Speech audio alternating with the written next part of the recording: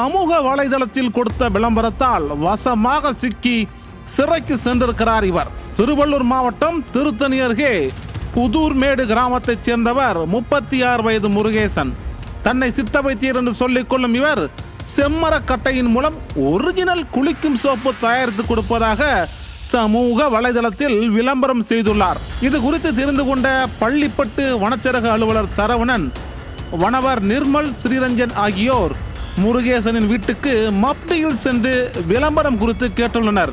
வீடு தேடி வாடிக்கையாளர்கள் வந்துள்ளதாக கருதி முருகேசனும் செம்மரக்கட்டைகளை காட்டியதோடு சோப் குறித்தும் தெரிவித்துள்ளார்.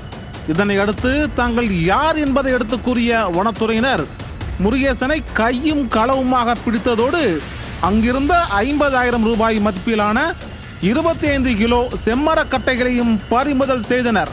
தமிழக வனத்துறை சட்டத்திற்கு புறம்பாக செம்மரக்கட்டைகள் வைத்திருந்த குற்றத்துக்காக முருகேசனை வனத்துறை அதிகாரிகள் கைது செய்தனர்.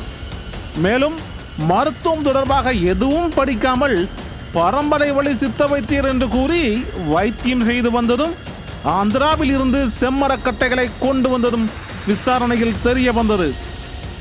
இதனைத் தொடர்ந்து போலி சித்த வைத்தியர் முருகேசனை கைது செய்து பள்ளிப்பட்டு நீதிமன்றத்தில் நீதிபதி முன்பு வனத்துறையினர் ஆஜர்படுத்தினர்.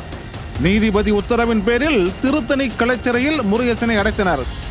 செம்மரக்கட்டை சோப் என மக்களை கவர்ந்தெழுக்கும் வகையில் சமூக வலைதளத்தில் ஜகஜால விளம்பரம் செய்து தானாகவே வனத்துறையிடம் சிக்கிக்கொண்ட போலீஸ் சித்த வைத்தியரின் செயல் நகைப்புக்கிடமாகவே பார்க்கப்படுகிறது.